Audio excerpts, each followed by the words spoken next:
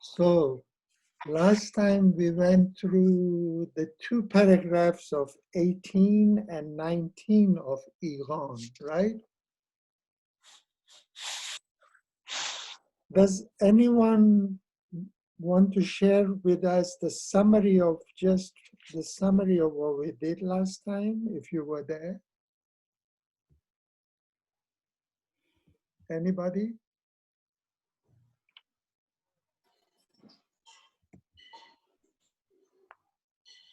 No?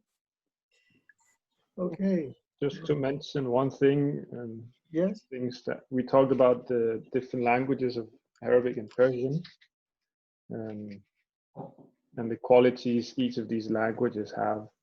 Yes.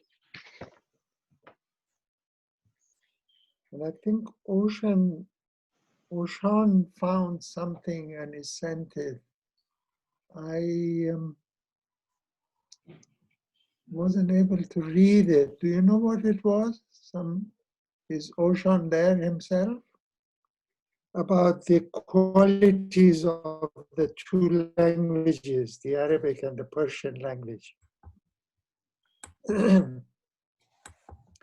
He shared it with the group, didn't he? With the study group. Louis, did you see it? No, I did not see it. No. I know he shared the story from the revelation of Baha'u'llah in regards to that analogy of The mathematician. yes. Yes.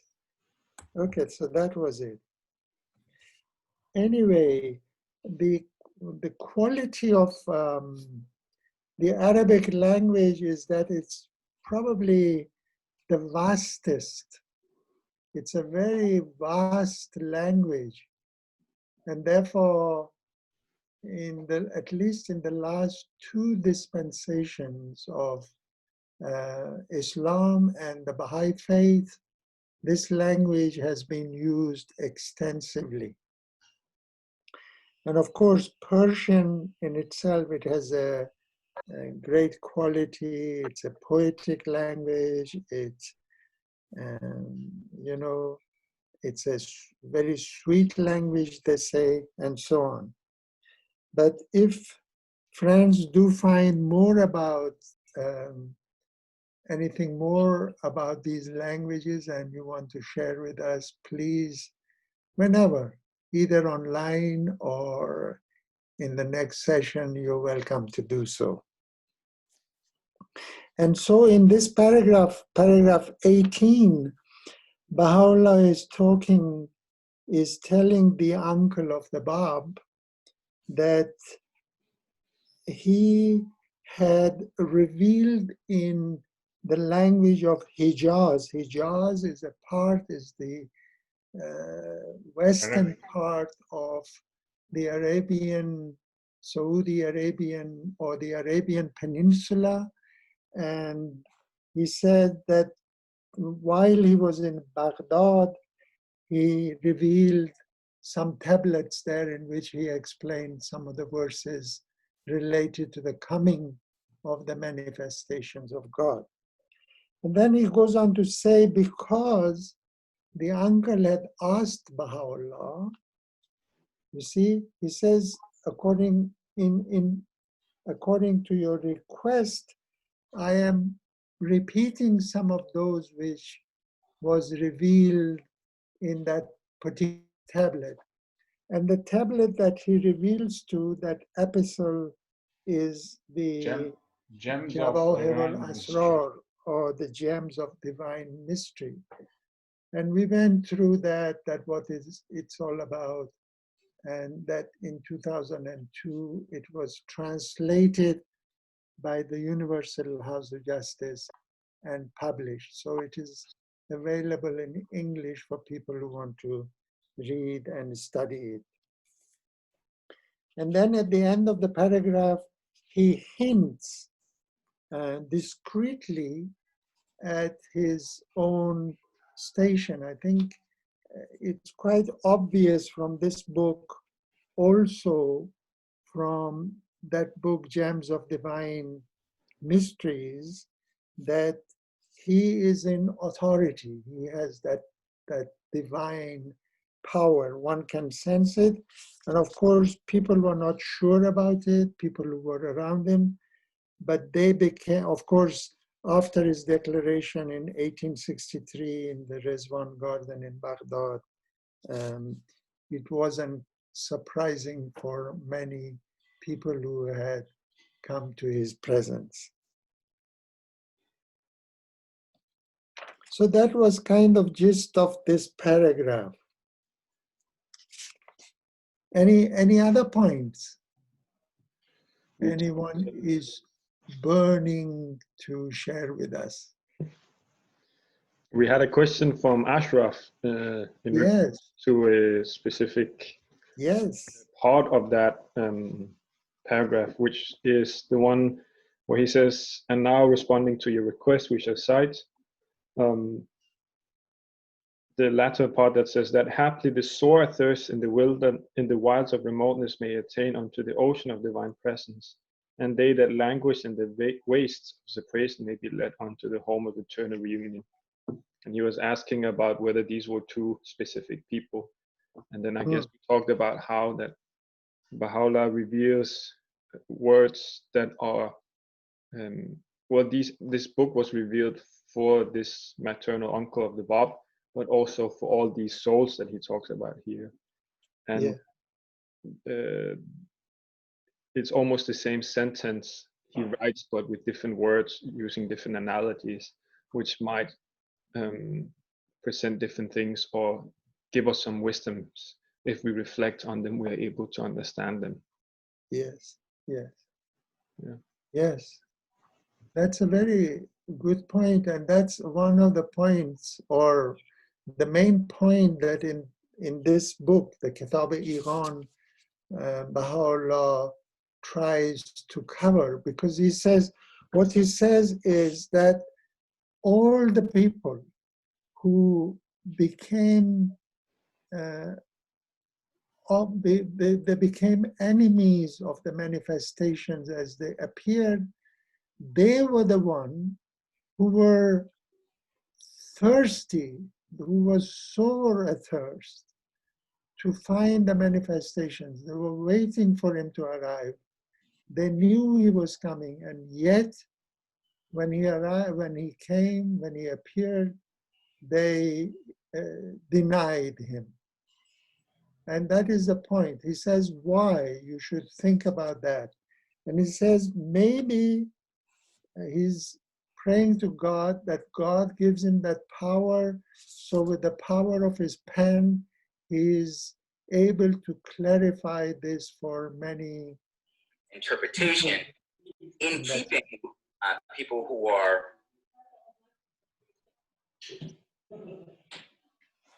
Somebody was saying something? Yeah? Okay. Yes. So, and the next paragraph, paragraph 19.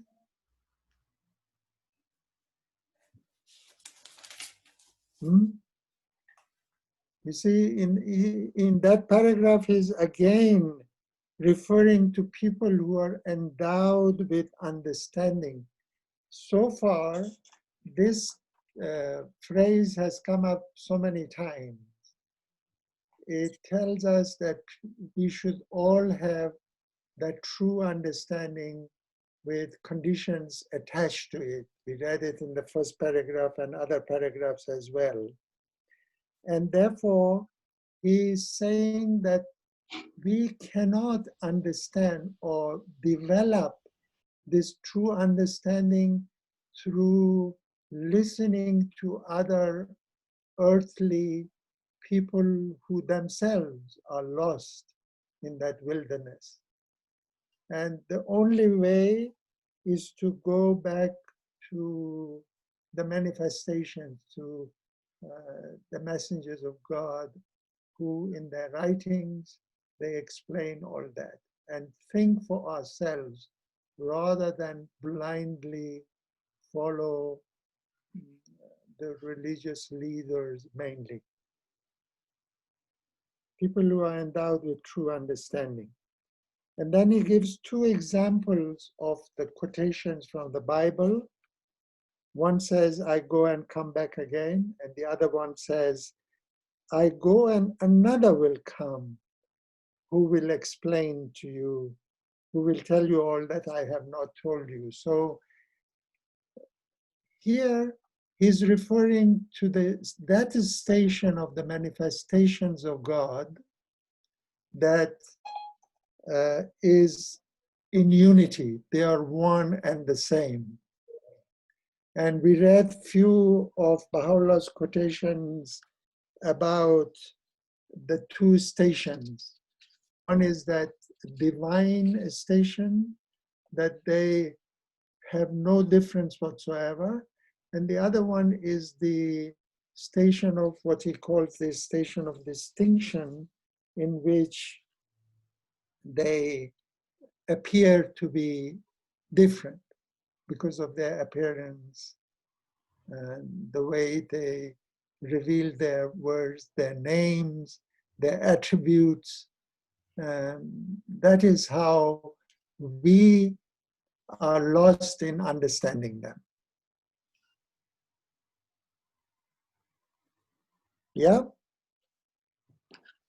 It was also pointed out that it was quite uncommon in those circumstances which Baha'u'llah were in when he revealed the Kitáb-i-Íqán to cite the Bible, in which we then talked about that Baha'u'llah did not, as any other manifestations of God, follow the standards of the culture or the people in which he lived, but he reveals the truth which might be contradictory to the behaviors or sayings of men at that point. And that he also establishes, or he proves the progressive revelation and the oneness of the religion, of the religions of the world. Yes, absolutely. Yeah, beautiful. And of course, many things are new here, especially for the followers, not the original revelations of the past religion, because from what we see here and from the holy books of the past, it appears they did approve Moses and Jesus and all that as being from God, and their books is from the, but it's the people, the followers, who do not understand that.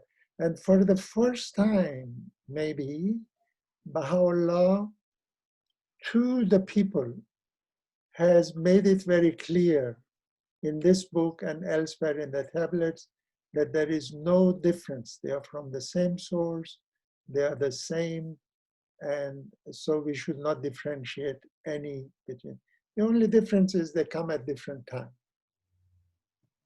I guess another thing we mentioned was that these two quotations might seem to contradict each other, but that is from a perspective of material, with a material viewpoint. But in a spiritual sense, things can make sense that are quite difficult to understand from a material point. Of course. Yes. Any other points anybody wants to add, or shall we move on? No? We move on? So we read this paragraph 20. Every discerning observer. Who shall we volunteer to do it? Anyone? Please.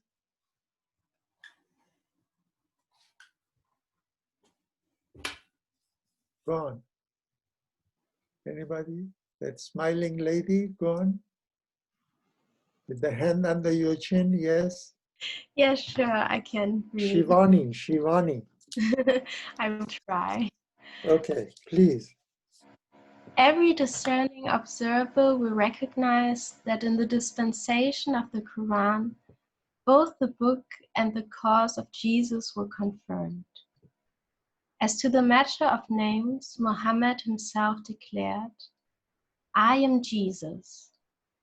He recognized the truth of the signs, prophecies and words of Jesus, and testified that they were all of God. In this sense, neither the person of Jesus nor his writings hath differed from that of Mohammed and of his holy book, inasmuch as both have championed the cause of God, uttered his praise, and revealed his commandments. Thus it is that Jesus himself declared, I go away and come again unto you. Consider the sun. Were it to say now, I am the son of yesterday, it would speak the truth. And should it, bearing the sequence of time in mind, claim to be other than that sun, it still would speak the truth. In like manner, if it be said that all the days are but one and the same, it is correct and true.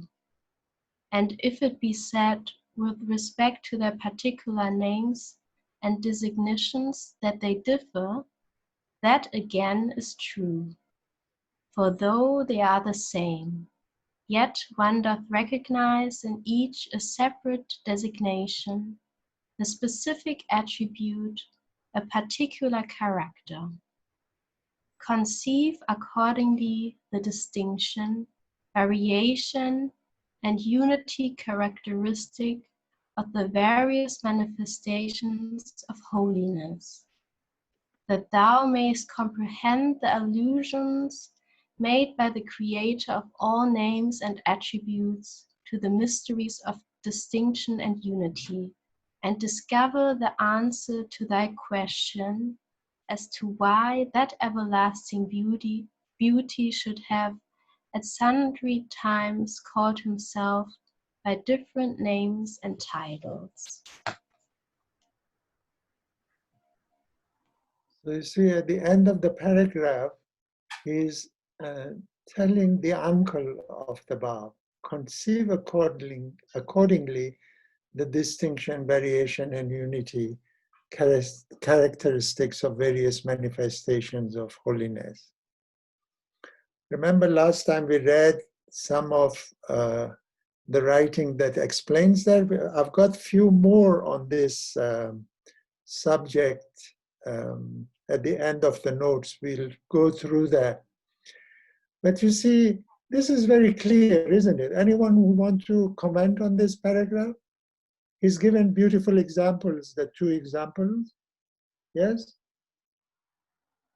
Please. Baha'u'llah was explaining that it's no difference between the prophets, and they come as in Quran, Muhammad mentions as I am Jesus. What he's trying to say that these prophets are all the same source of the same prophet. They are all from the same source, and they come at different times with different names. But they are all the same. And Baha'u'llah gives example of a sun, which you may say that this is son of yesterday and this is son of today, but it's the same sun, comes at a different time. So he's just trying to explain to the uncle that they come at different time with different name, but they're all the same. Beautiful, yes. Yeah. So he gives two examples here, the sun, as you say, Badi, and also the day. You know, you can say yesterday and today were the same. They are days. They are the same days. The sun appeared and it set. Or you can say yesterday was Saturday and today is Sunday because they have got different names and so they were different. Both way is right, but essentially they are the one and the same thing. And there is a third example that Louis actually mentioned it last time. Louis, you can repeat that about Ruhullah, the 12-year-old.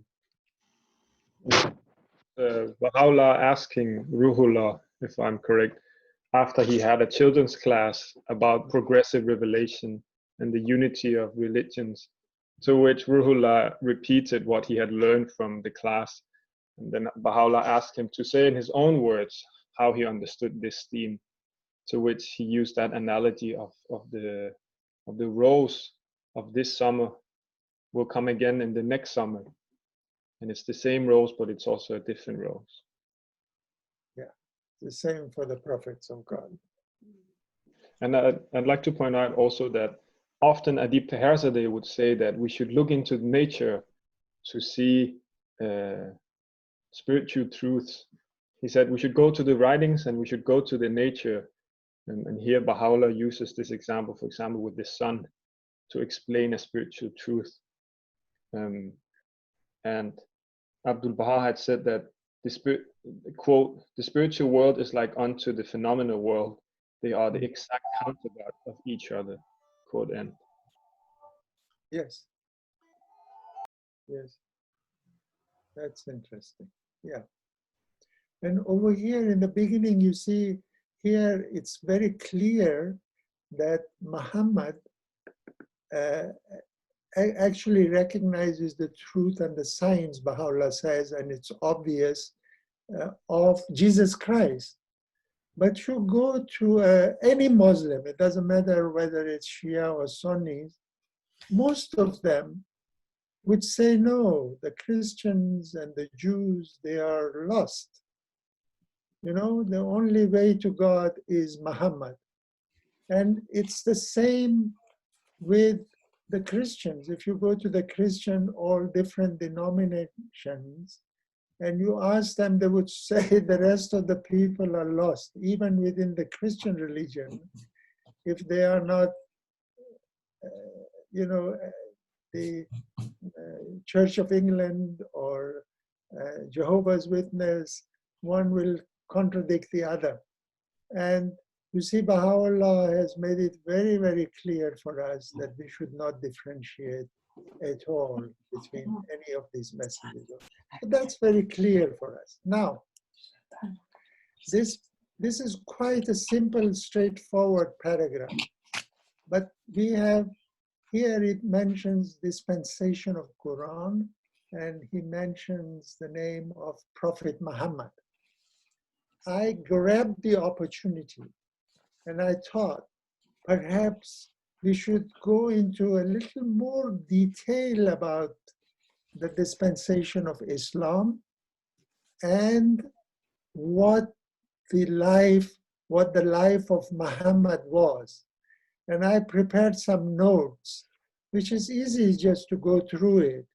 If you're agreeable, it helps us all along reading and studying Iran when we know a little bit about Islam, because he quotes a lot of the history, of the quotations from Quran, of the traditions, and different things. If you're agreeable, we will go through those notes to understand a little bit more about, I'm sure all of you must know a lot, but maybe for some who want to know a little point here and there, it will help. A good idea. Okay? Yeah. If you're agreeable, then we'll get volunteers to read perhaps one or two of these each, so that everybody takes part, please. Dispensation of Quran mentioned here in the early in the paragraph. Okay, who wants to read it? You want me to read it? Please, buddy. So, paragraph 20, dispensation of the Quran. The dispensation of Islam began with the ministry of Muhammad, author of Quran, in around 612 AD, and ended with the declaration of the Bab in 1844 AD. That's very clear, right? Yeah. So that's the dispensation of Islam. So I'll read one more. The beloved guardian, in a letter in 1948, states the Sun of Truth, after the advent of Muhammad, no longer shone from the Christian horizon. Islam was, for then until the Bab's advent, the path of truth. Okay, so here the Guardian makes it very clear as well. So each dispensation has a birth and then it has a death. It finishes and another one begins. It doesn't mean once the end comes that is finished altogether. It's a progression. The next dispensation is the progression of the previous dispensation. So you see, the Guardian gives the example, the Sun of Truth, like what Baha'u'llah said there. It appeared, the sun appeared in the morning of the advent of Muhammad. It set at the declaration of the Bab. Yes? Yeah. Which is now shining in the sky as the day of the Bab and Baha'u'llah. And before that, of course, was the Christian day, the day of Christianity. Right. The Guardian says that the sun of Muhammad is shining at the moment, no longer shown from the Christian horizon. That means the Christian horizon is gone until the advent of the Babs. Yes. Yeah. Okay. Next one, someone please, or? I can read. Jamila. Yeah. Who's that? Jamila. Okay, Jamila, please. The Muslim calendar dates from 622 AD, 10 years after Muhammad's advent, at the time of the Hijrah. Hijrah in Arabic means migration or immigration, the Prophet Muhammad's migration. 622 CE, from Mecca, Tihama, to Medina, Yathrib, in order to escape persecution.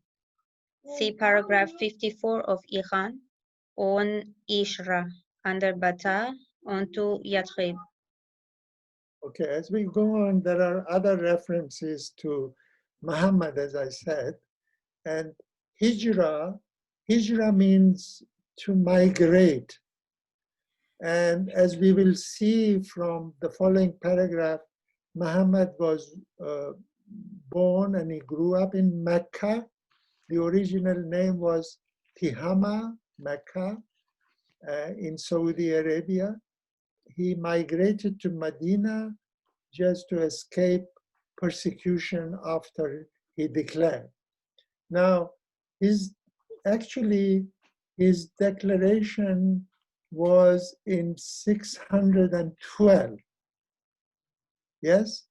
And normally, like the Baha'i calendar began in 1844 with the declaration of Bab, the Muslim calendar did not begin at the declaration of Muhammad, but it began 10 years later after the advent, after Muhammad had declared, and at the time when he migrated from Mecca to Medina. That's very clear, isn't it? Okay. Rostam, is there any particular reason why there is a difference? I mean, why the calendar was started 12 years later? I don't know, I'm not sure, but I think that Hijrah, or the migration, is one of the very important events that took place in the history of Islam. A lot of things happened then. Of course, as far as I understand, before that, and we will read through the notes here, okay, that Muhammad was considered to be a very trustworthy man. He was respected a lot because of his character, But once he started preaching his new principles, his new teaching, like unity of God and praying to God and breaking the idols and all that, then persecution started, and that was the time that he migrated from there, and maybe that's how they considered it to be important. I don't know, perhaps it's somebody knows more about that. Is the possibility that when he declared himself at that time, he was not very in an open way. And when he went from Mecca to Medina, he declared himself very openly. That's the time the year started. Possibly, yes, but it's worth looking into it. Yes, Yeah. maybe it's a good point, buddy. Okay, now life of Muhammad. Let's read this paragraph. Somebody? I wish I could see everybody and volunteer you all. I can volunteer Nazi. Oh, where is Nazi? Nazanin Farnaz's daughter. They have joined us today. Oh, wonderful. Okay, Nazanin. Please, can you read this paragraph?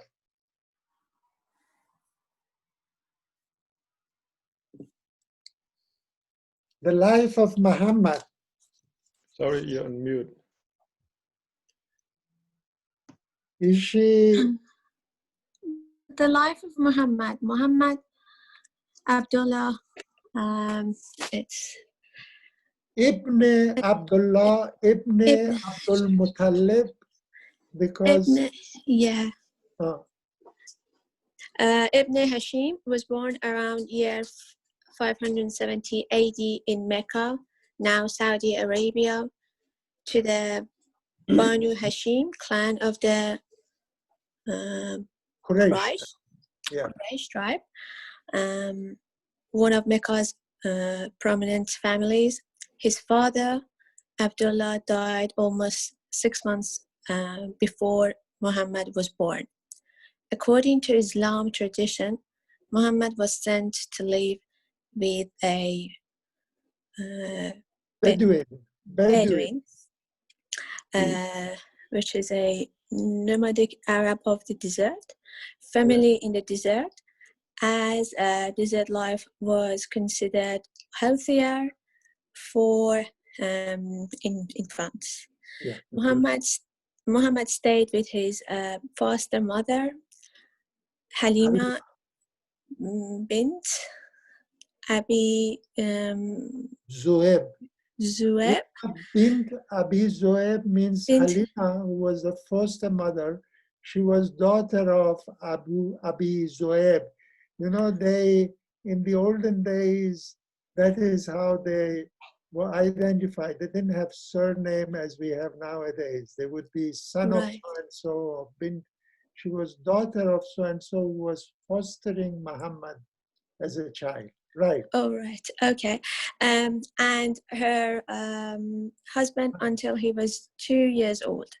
Mm-hmm. At the age of 6, Muhammad lost his biological mother, Nina, to illness and was raised by his paternal grandfather, Abdul Muttalib, until he died when Muhammad was 8. He then came under the care of his uncle, Abu Talib, the new leader of Banu Hashim. Yes. Okay. So that's a brief, history about his childhood. How Muhammad was born, how he was looked after, and so on. And Banu Hashim was a clan of the Quraysh tribe. There used to be a lot of tribes at that time. It was one of the clans of Quraysh, and it was named after the great-grandfather of Muhammad.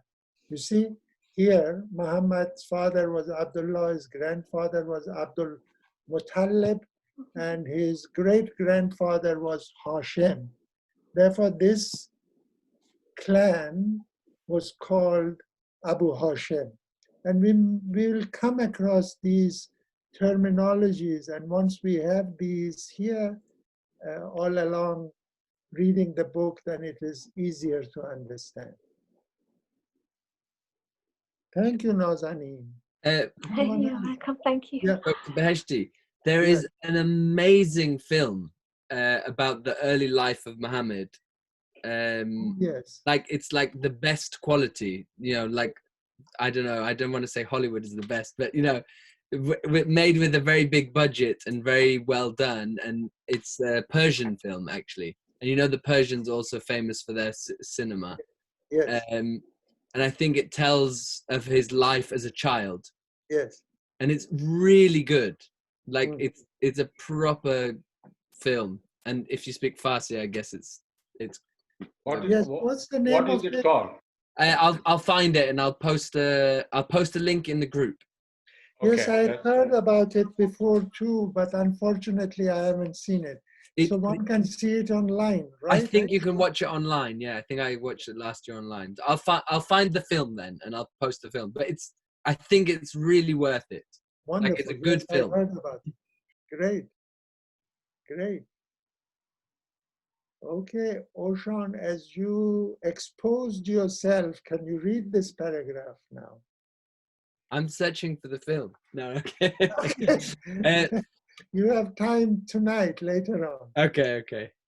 He belonged to a poor but respectable family of the Quraysh tribe. The family was active in Meccan politics and trade. Many of the tribes living in the Arabian Peninsula at the time were nomadic. A nomad is someone who lives by traveling from place to place, trading goods as they crisscross the desert.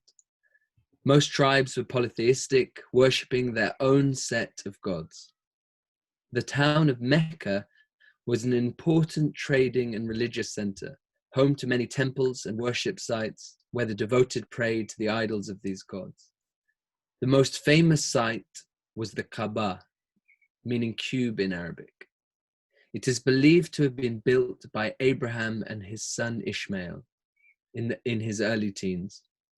In his early teens, Muhammad worked in a camel caravan, following in the footsteps of many people his age. Born of meager wealth, I've read that so badly.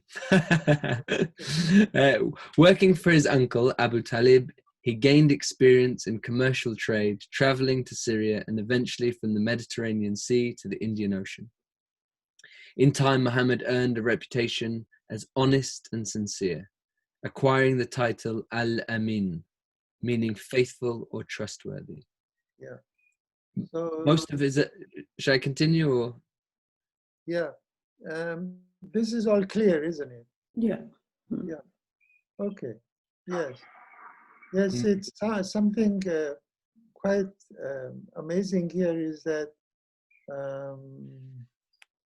where is it? Mediterranean to the Indian Ocean. It traveled from Arabian Peninsula right to the north to Syria and then into the Mediterranean Sea. And from there, I don't know, he went to Indian Ocean. That was news, and it must have taken a long time, and how he did that, I don't know.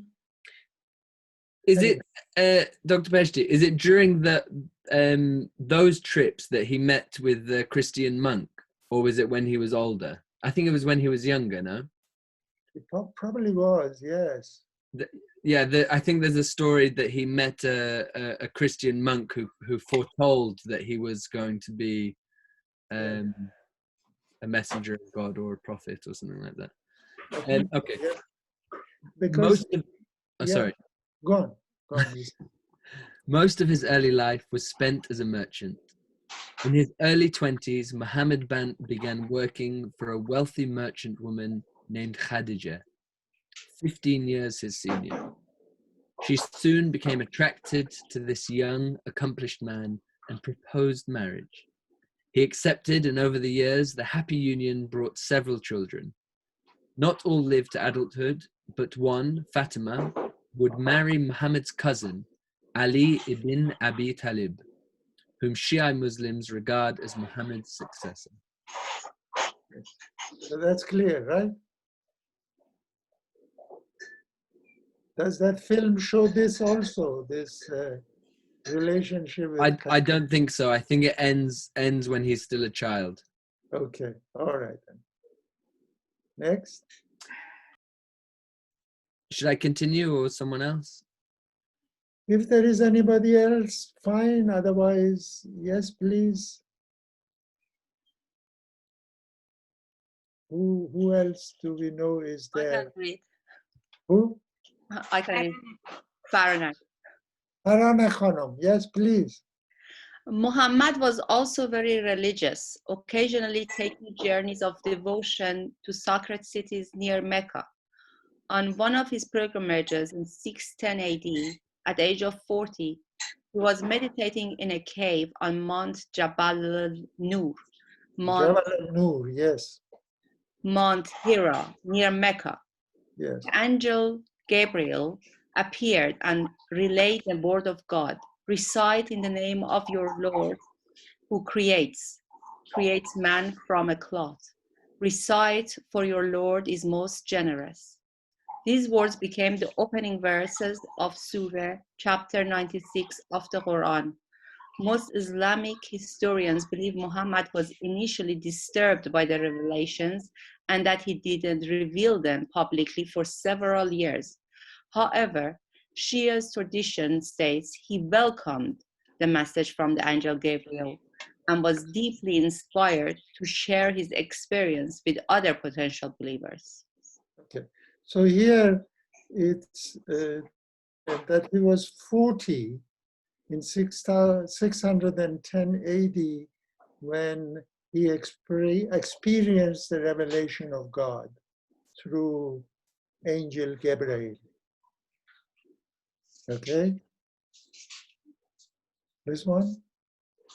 Islamic tradition holds that the first person to believe were his wife Khadija and his close friend Abu Bakr, regarding as the successor to Muhammad by Sunni Muslims. Soon Muhammad began to gather a small following, initially encountering no opposition. Most people in Mecca either ignored him or mocked him as just another prophet. However, when his message condemned idol worship and politicism, many of Mecca's tribes leaders began to see Muhammad and his message as a threat. Besides going against long-standing beliefs, the condemnation of idol worship had economic consequences for merchants who catered to the thousands of pilgrims who came to Mecca every year. This was especially true for members of Muhammad's own tribe, the Quraysh, who were the guardians of the Kaaba. Sensing a threat, Mecca's merchants and leaders offered Muhammad incentives to abandon his preaching, but he refused. Increasingly, the resistance to Muhammad and his followers grew, and they were eventually forced to emigrate from Mecca to Medina, a city 260 miles to the north in 220 AD. This event marks the beginning of the Muslim calendar. There, Muhammad was instrumental in bringing an end to a civil war raging among several of the city's tribes. Muhammad settled in Medina, building his Muslim community and gradually gathering acceptance and more followers. Okay, so that's also clear, right? Mm-hmm. So the first people who became believers in him were Khadija, his wife, and Abu Bakr. Remember Abu Bakr, we said, the Sunnis considered him as the first caliph. Mm-hmm. The 11 imams of the Shias and the caliphs of Sunni we studied before, he was the first caliph that became the follower of Muhammad instantly. Okay. Anybody else wants to volunteer to read this paragraph? Sultan John. Ah, Sultan. Yes, we volunteered her. Oh. Between 624 AD and 628 AD, the Muslims were involved in a series of battles for their survival. One of them was the Battle of the Trench and siege of Medina. This was also known as the Battle of the Confederates, Federal of Jews and Arabs United, and was a fortnight-long siege of Yathrib, now Medina, by Arab and Jewish tribes.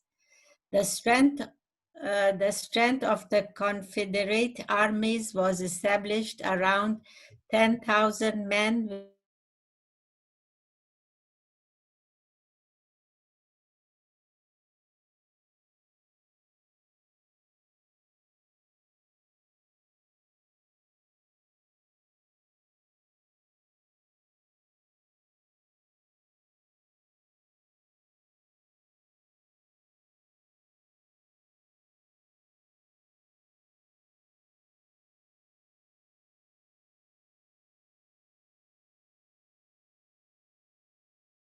population converted to Islam.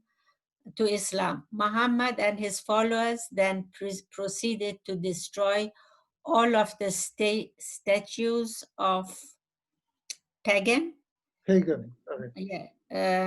gods in and around the Kaaba. Good.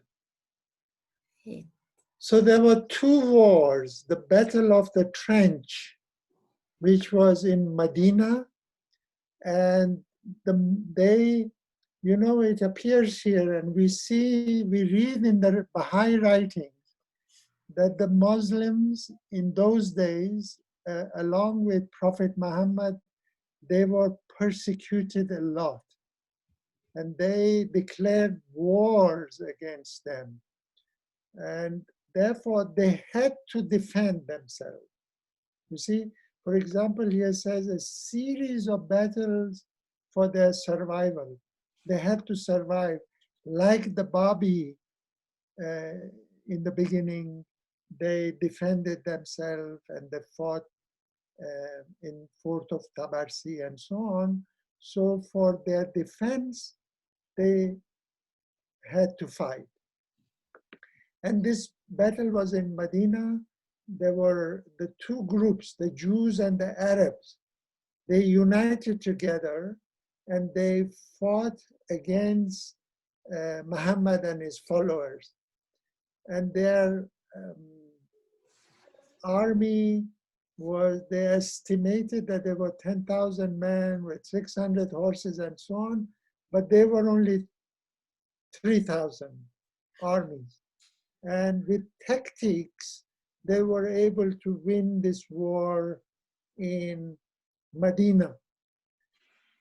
And then they signed a treaty which was broken by the Meccan people, the people from Mecca.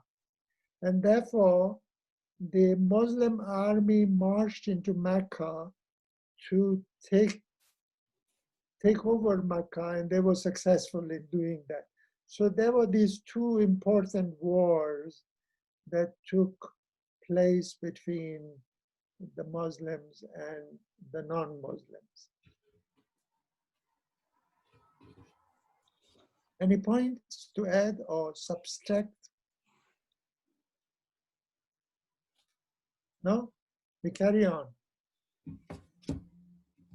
So I'm sorry, it's a little bit long, but I tried to summarize it so that these points I thought would be helpful to us as we are reading along the Íqán. Okay? So thank you for your patience. Now, who is going to read this one? Mr. Shahriari, maybe. Kayvan John. Yes. Death of Muhammad. The death of Muhammad. How did he die? I don't think he'll be able to eat it. Give me some more. After the conflict with Mecca was finally settled, Muhammad took his first true Islamic pilgrimage to that city, and in March 632 AD, he delivered his last sermon at Mount Arafat. Upon his return to Medina, to his wife's home, he fell ill for several days. He died on June 8, 632 AD, at the age of 62. Was buried at Al-Masjid al-Nabawi, the Mosque of the Prophet, one of the first mosques built by Muhammad in Medina. So he was born and grew up in Mecca. He migrated to Medina, and then after those years of persecution and fighting and wars and all that, he returned to Medina, and that's where he passed away. So Medina is the second most important city in the Muslim religion, where Muhammad is buried in this mosque, Al-Masjid al-Nabawi, the Mosque of the Prophet.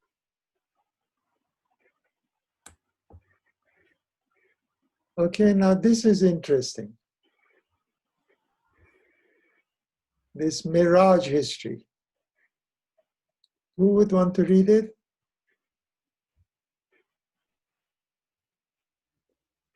Anyone? Go on. Who do we have? I don't see the name. Roya is here. Roya is here. Okay, Roya John. The night journey and ascension of the Prophet. Yes, sorry. Okay, I'm on my phone, so it's quite a bit difficult, but I'll try my best. The night journey and ascension of the Prophet.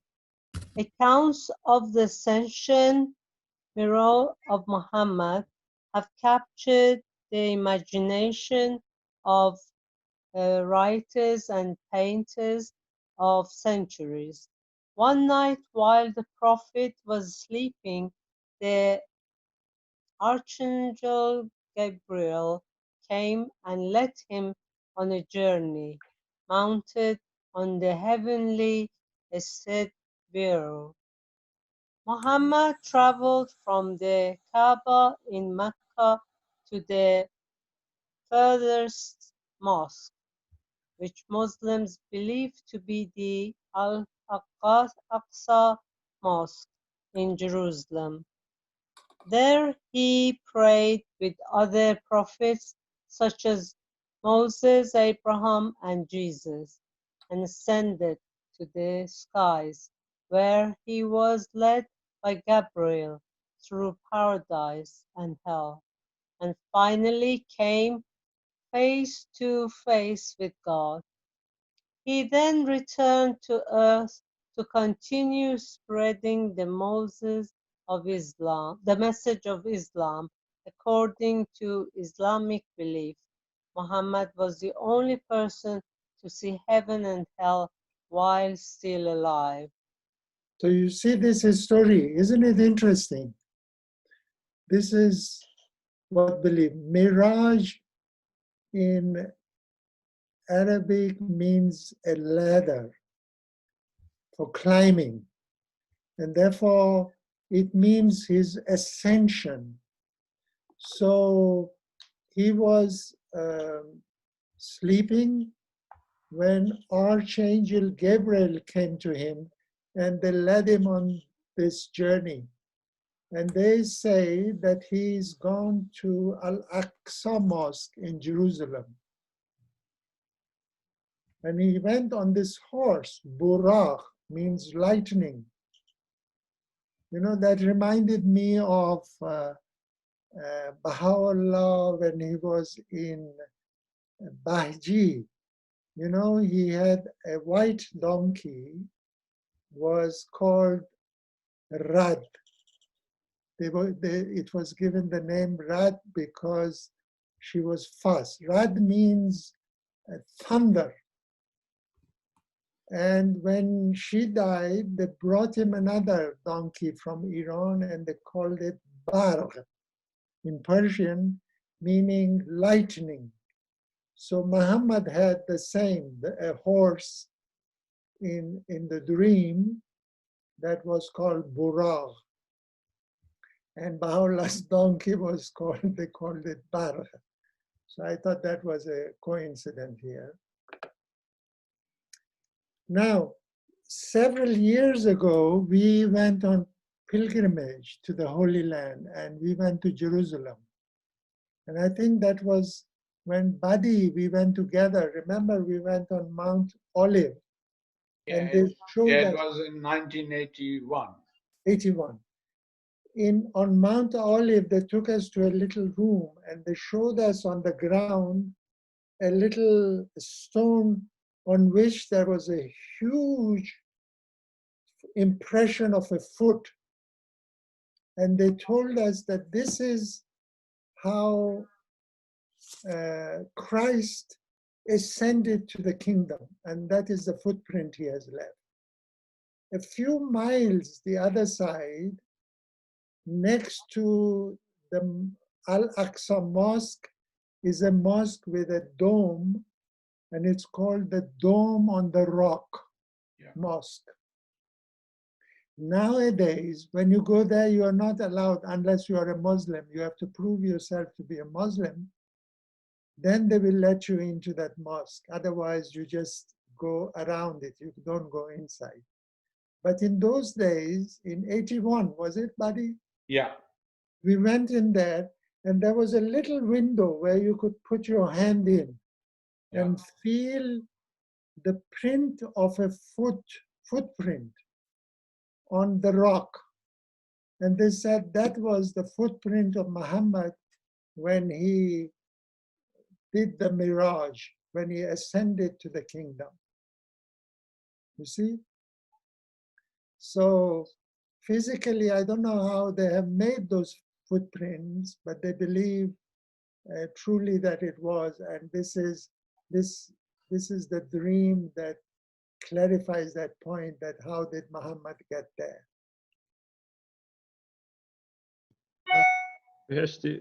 Isn't Yes. it the third most holy spot for Muslims? Yes. All right. Or Shalim. Okay. Who else? Shall we volunteer? I just had a quick question, Dr. Peshti. The Muslims don't celebrate the passing of Muhammad, do they? In any noticeable form? I mean, even the mosque where he's buried isn't such a big thing to them. I mean, do they? Is there any commemoration that they perform, seeing as it's tomorrow in the solar calendar? If it was June the 8th. That's a very good question. I think. Oh, sorry, Rustam, go ahead. Yes, please. No, I was just remembered when we were in Pakistan, they used to celebrate a day. It was something, an occasion, a holy day, that when Muhammad went to heaven. That was the day they used to celebrate. I don't know whether they celebrate in this country or anywhere else, but they do celebrate on certain day. I think it's more likely that they were celebrating the Miraj. Yeah, Miraj. Rather than his actual death. Yeah. Interesting. Yeah, they have a lot of mourning days. A couple which is very important. The day of Muharram and the day that Imam Hussein was martyred. You see, they commemorate that with a lot of mourning, and they beat themselves and all that. But you're right. The death of Muhammad is not commemorated as such. Maybe they just celebrate the Miraj and not commemorate his passing. Another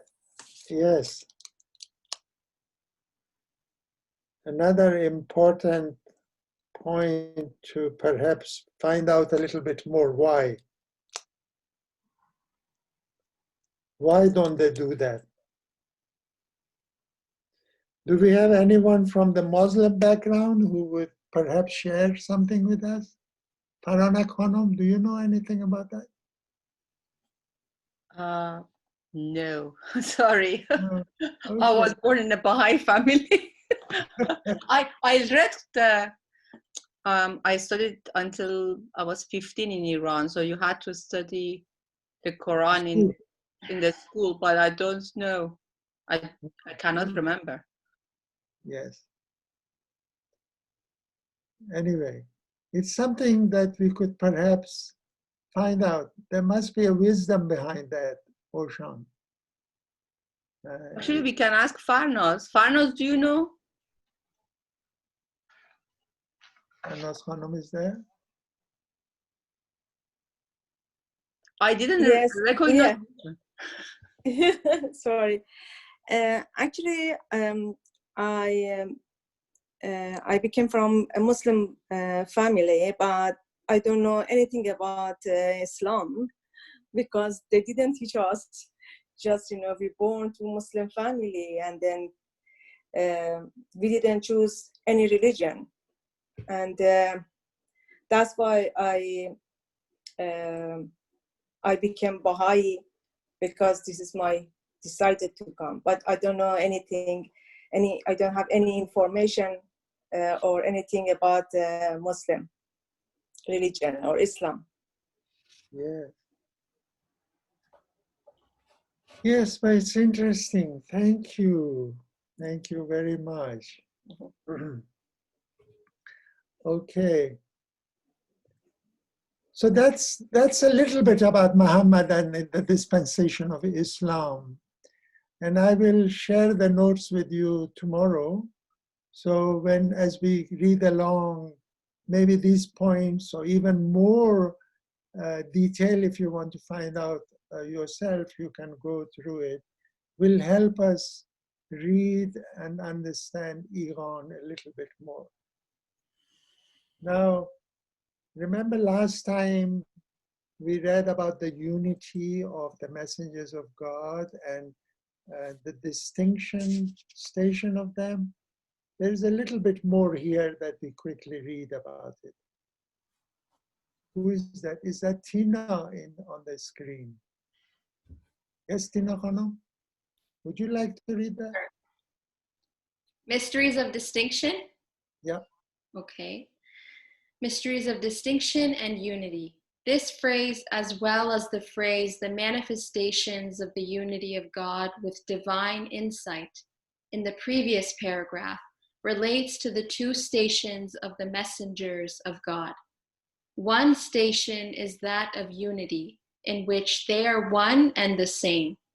The other to the station of separate designation, a specific attribute, a particular character and distinction, which applies to their lives in the physical world. The following are some writings which clarify the point. Yeah. This is from Iran, paragraph 191. We will read it later on, but we can just go through it. It's self-explanatory. Please. Okay. We have assigned 2 stations unto each of the luminaries arising from the day springs of eternal holiness. One of these stations, the station of essential unity, no distinction do we make between any of them. This is Quran saying, see? Okay. The other is the station of distinction, and pertaineth to the world of creation and to the limitations thereof.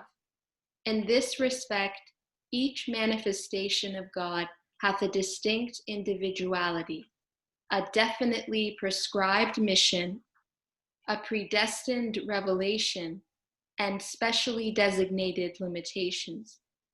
Each one of them is known by a different name, is characterized by a special attribute, fulfills a definite mission, and is entrusted with a particular revelation.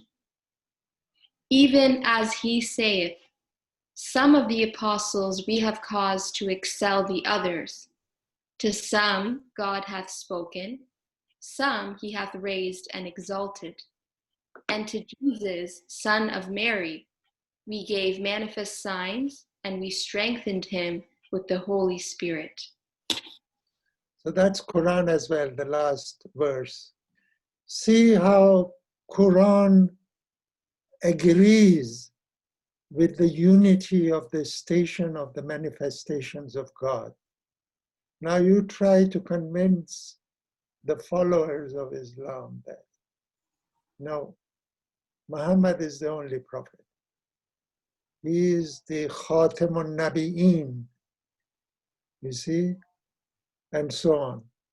No distinction do we make between any of them. That's what Quran says. Okay, there's yet another one, this one. Would you want to carry on, Tinajan? Okay.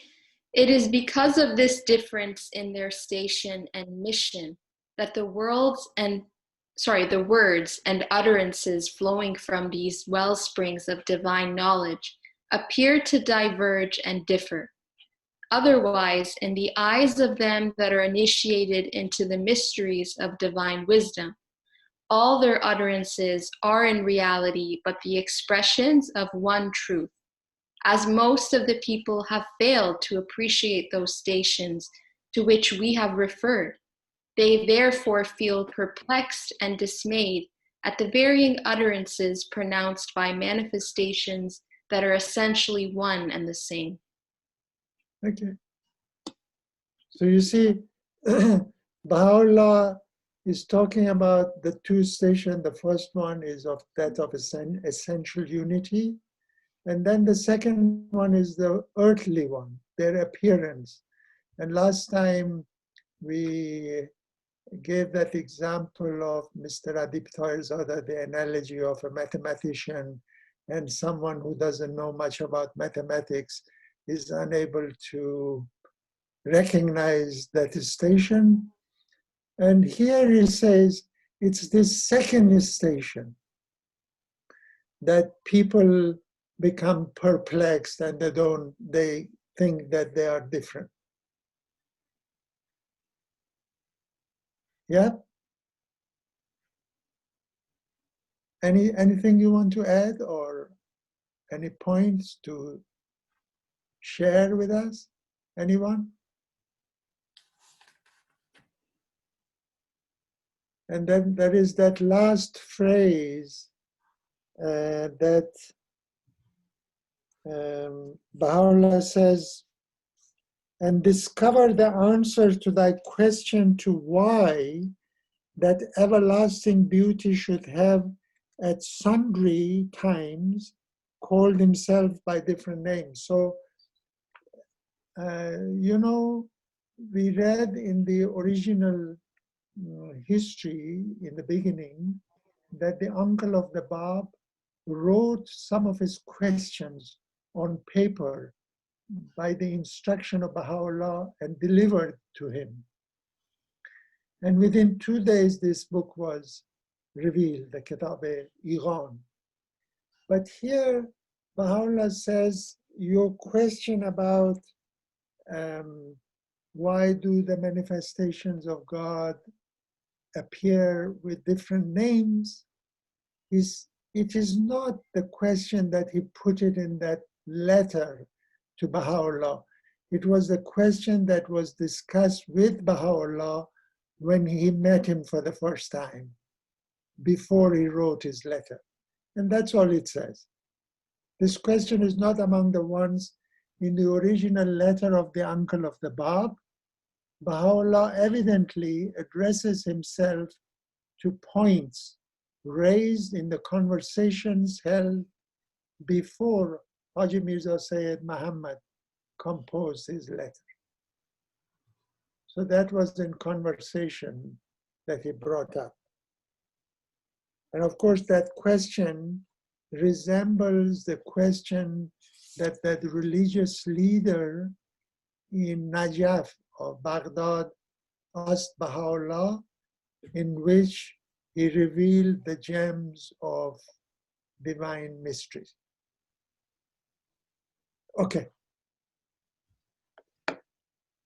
So if you don't have anything else to share with us, we move to the little paragraph. Where is it? 21. That one. I think we can finish that tonight. Okay, who's going to read this? Who is that? Is Afnan there? Not tonight. Not tonight. Anyone you can see, please, Louis, ask them. You volunteer them. Maybe Ashraf would like to read. Go on then, please. Yes, sure. Afterwards, the companions and disciples of Jesus asked him concerning those signs that must needs signalize the return of his manifestation. When they asked, shall these things be? Several times they questioned that peerless beauty, and every time he made reply, he set forth a special sign that should herald the advent of the promised dispensation. To this testify the records of the four Gospels. Okay, so this is very straightforward, isn't it? Or Baha'u'llah is saying that his companion and his disciples asked Jesus Christ about the signs of the second coming of Christ. And Baha'u'llah says, all you need to do is to refer to the four Gospels in the New Testament.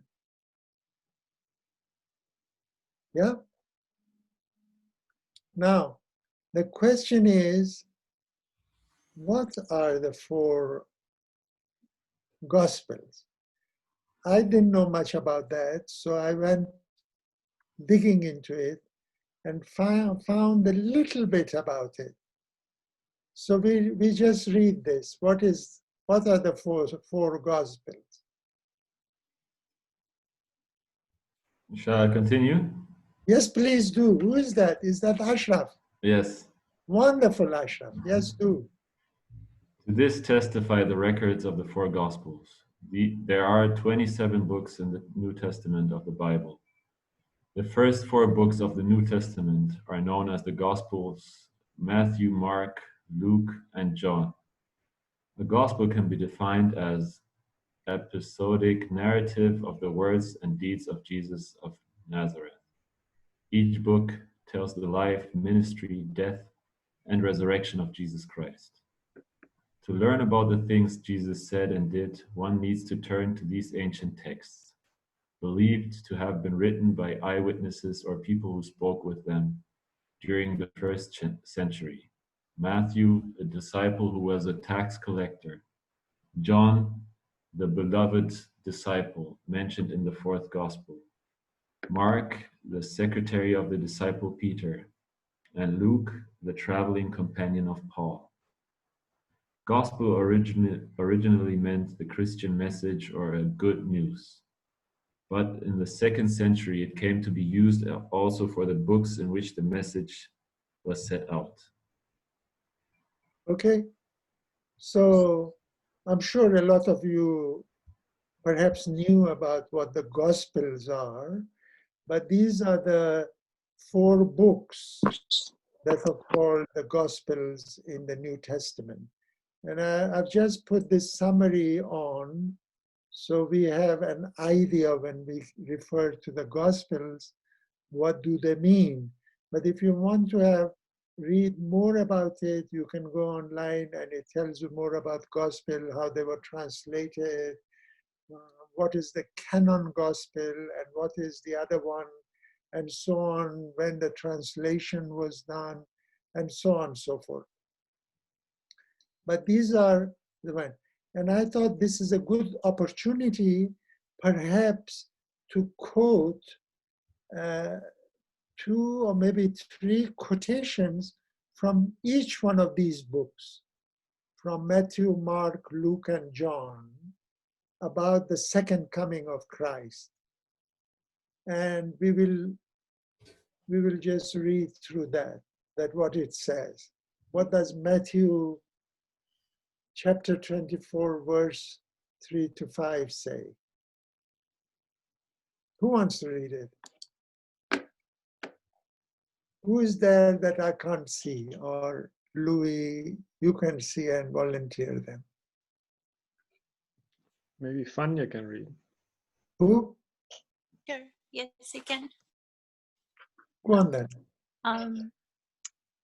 This is Fanya. Hi. Hello, Fanya. Matthew 24, verses 3 to 5. As he sat on the Mount of Olives, the disciples came to him privately, saying, "Tell us, when will these things be? And what will be the sign of your coming and of the end of the age?" And Jesus answered them, "See that no one leads you astray. For many will come in my name, saying, 'I am the Christ,' and they will lead many astray."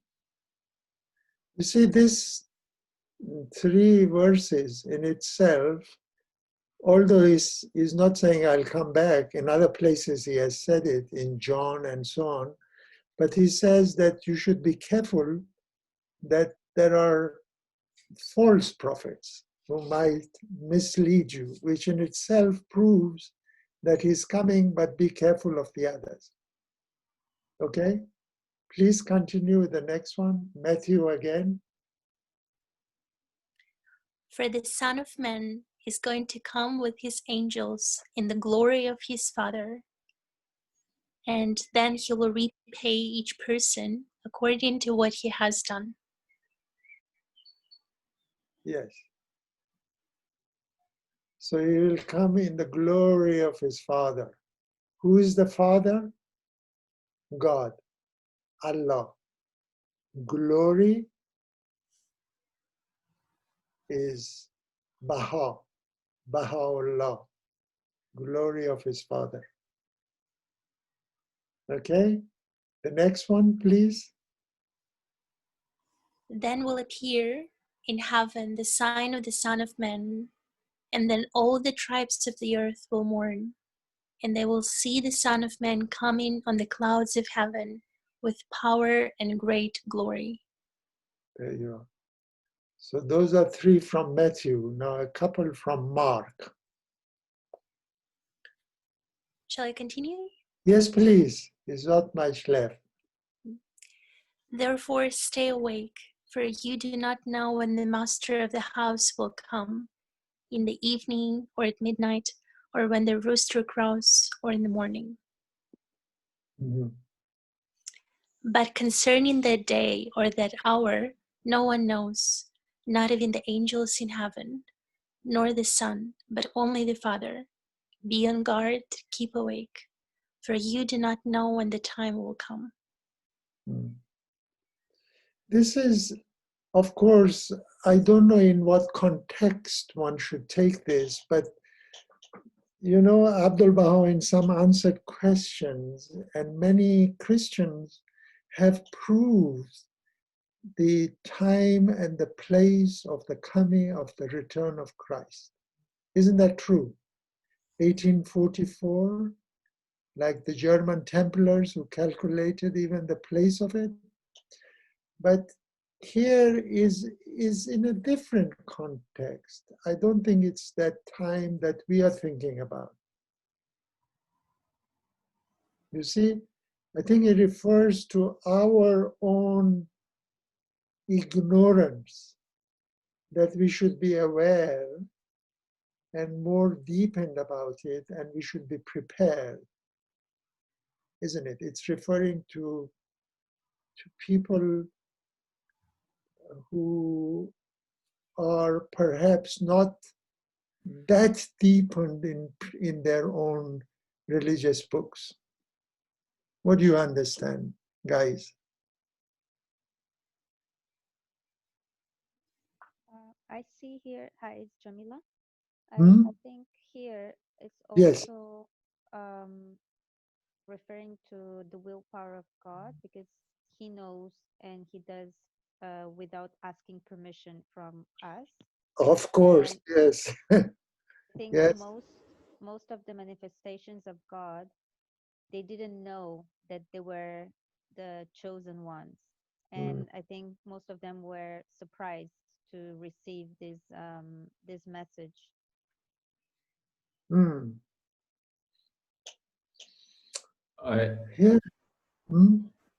I also, to add to what was said, I also think it could possibly mean that no human being can ever know when the time is come, and we can only recognize by the explanation of the manifestation of God. Yes. When the time has come. But then I ask myself, we know of Sheikh Ahmad and Sayyid Kazim, and Yes. they were divinely inspired to somehow know or suspect the coming of the promised one. How's that explained in that connection? That's where that question of the ocean beneath which is, the pearls, the precious pearls. The deeper one dives, the better they understand, the better they find these gems. And I think those Sheikh Ahmad Asai, Sayyid Kazim Rashti, those German Templars, some of those believers, they were so deep in their writing, and they had such a true understanding of those that they could even know the time and approximate time and place. And there are indications, that's very interesting, Ashraf, that you brought it up, that wasn't it Sheikh Sayyid Kazim Rashti that I think he knew that the Bab at the time when he was attending his class, that he's the Qayyim, but he would not disclose it to his students. You see, some of these people, they had this, they were inspired, they had this inspiration to know, obviously, from deepening maybe. Yes. Jamila raised her hand. Yeah. Huh? Sorry, what did you say? I think Jamila is raising her hand. Yeah, go on then, Jamila. I was also thinking that God sends us signs for different things. And there, as we mentioned before, different stations of prophets. And there are people who are a little bit more sensitive and they can read what everyone should be reading in the universe. So I think when we call people genius, it's because they are more enlightened than other people. So I think these people that can predict or foresee certain advents are people who are more open or more in touch with the word of God. So as Dr. Roshan said, deep in the ocean. So they are more aware of these things. But I see as signs of God to us, and the ones who are ready to see, they will see before the others. Yes, of course. I have a question. For example, Mark here 13, verse 32 to 33. Yes. Abdul Baha has explained that through the Bible, when the Bab would appear. Yes. So that seems to be quite clear when looking at the examples Abdul Baha used on the coming of the Bab. But as to my knowledge, I don't know if there are clear signs when Baha'u'llah would appear, looking at the Gospel, the Bible, or the other holy texts. So I don't know if this could be it. I have to dive more into the topic. But could it be that it is only clearly stated when the Bab would come, and then the Bab would then clearly state when Baha'u'llah would come? And I'm saying clearly, but that's a relative term. Anyone? I don't know too much about this, but I think the Book of Revelations is more concerning the end of days. Yeah. And the end of days, I think, has more references to Baha'u'llah's coming. Whereas these ones, the Gospels, sort of separate. I think that book was even, the Revelation was written 100 years after Christ had died. So I don't know exactly. But also then in the Old Testament as well, I think there are other prophecies that, I think things like having 2 trumpet blasts and that sort of thing, that type of, I'm sure there's a good website that lists all those prophecies. Yes, in all the books there are allusions about the 2 manifestations, even going as far back as to the Zoroastrian religion. They talk about the 2 manifestations, but they are just allusions. And you see, we come back to this question where Baha'u'llah says, to get to the shore of true understanding, what are the conditions that you need? And those people like Sheikh Ahmad and Sayyid Kazim, they must have had those qualities to be able to understand the books. Now, you go to many of these religious leaders and you talk to them about the events that is foretold, like the 2 events, and they will have completely different opinion, nowhere near what the Baha'i writing explains. Yeah, it's very interesting. But this is, I just put some of these here because Baha'u'llah says it's enough for us to refer to the 4 Gospels. You don't have to go to other books of the Bible, he says. Okay, the next one is Luke's. Should I continue or does someone else want Yeah, to? yeah, please do. It doesn't matter. Yeah, please. Now when these things begin to take place, straighten up and raise your heads, because your redemption is drawing near. There we go. Yes. But watch yourselves, lest your hearts be weighed down with dissipation and drunkenness, and cares of this life, and that day come upon you suddenly like a trap.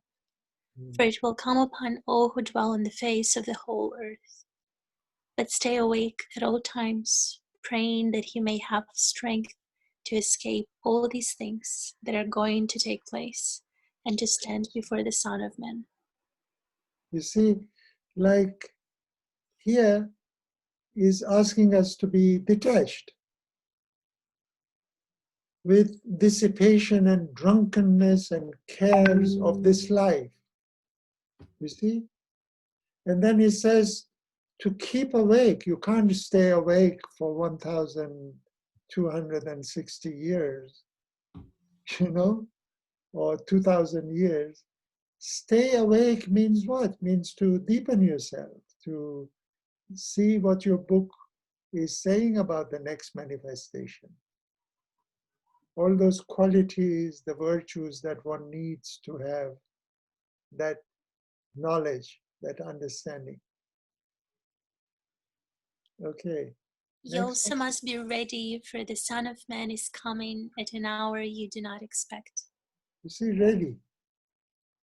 Ready means what? Means prepared, to be knowledgeable, to have the understanding. Okay? And if I go and prepare a place for you, I will come again and will take you to myself, that where I am you may be also. Yeah, that's what's right. Okay?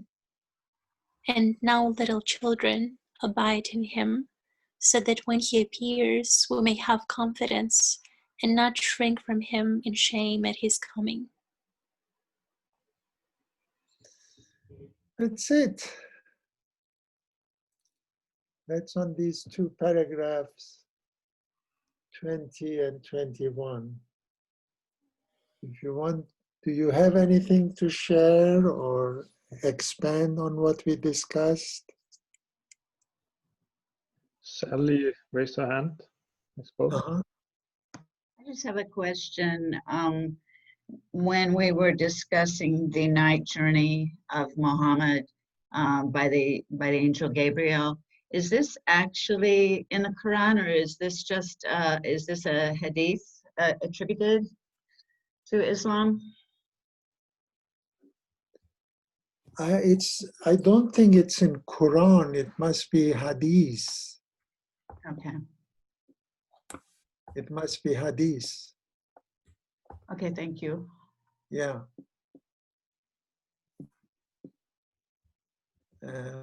Unless anybody else has any clarification on that.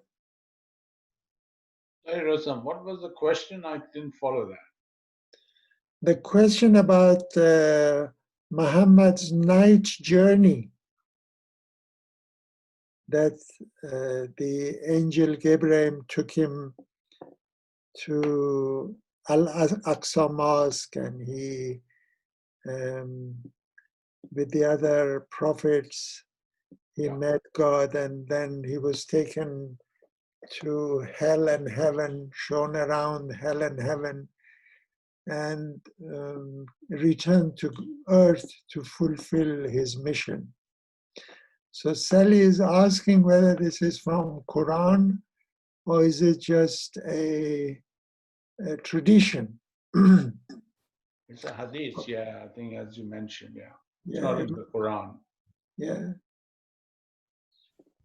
right. And not that all of the hadiths are the right ones, but a lot of them Baha'u'llah has approved of being true. This is one of the stories that is commonly believed by the generality of the Muslims.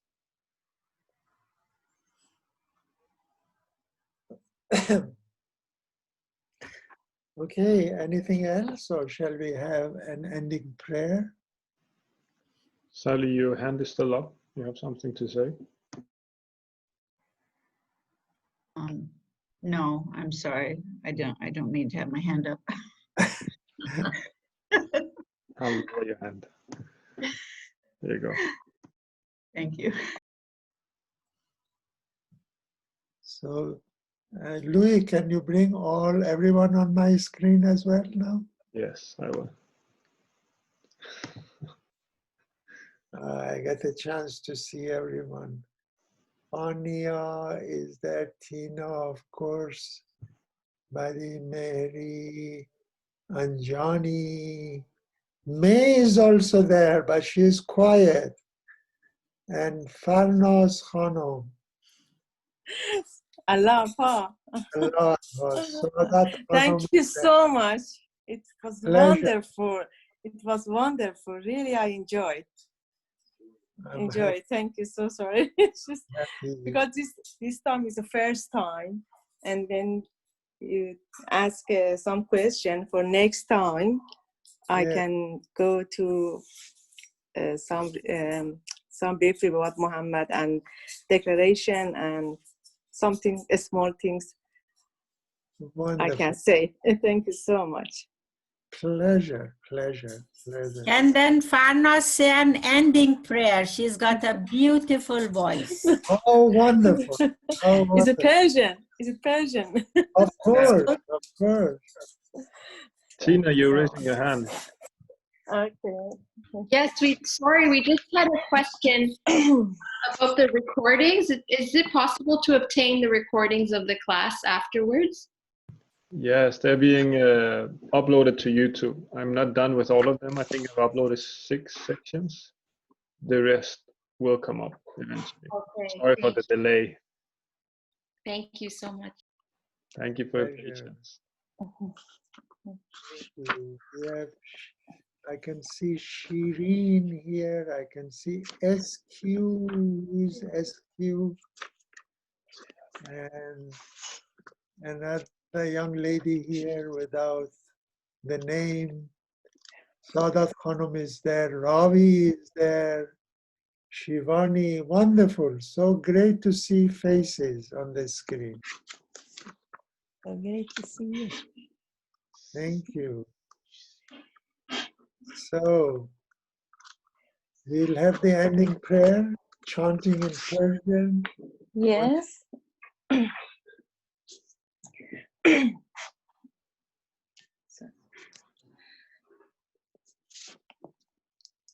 هوالله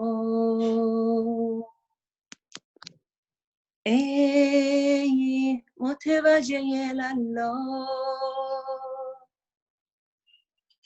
دیده به ملکوت غیب جبروت باز کن و به این مناجات آغاز نیاز کن که ای مهربان تو ستر کن و بپوش خطا از ما عطا از تو جفا از ما وفا از تو گناه از ما پناه از تو بیماری از ما شفا از تو بگوش و بیاموز وفا کن پناه ده و شفا بخش عبدالبها عباس.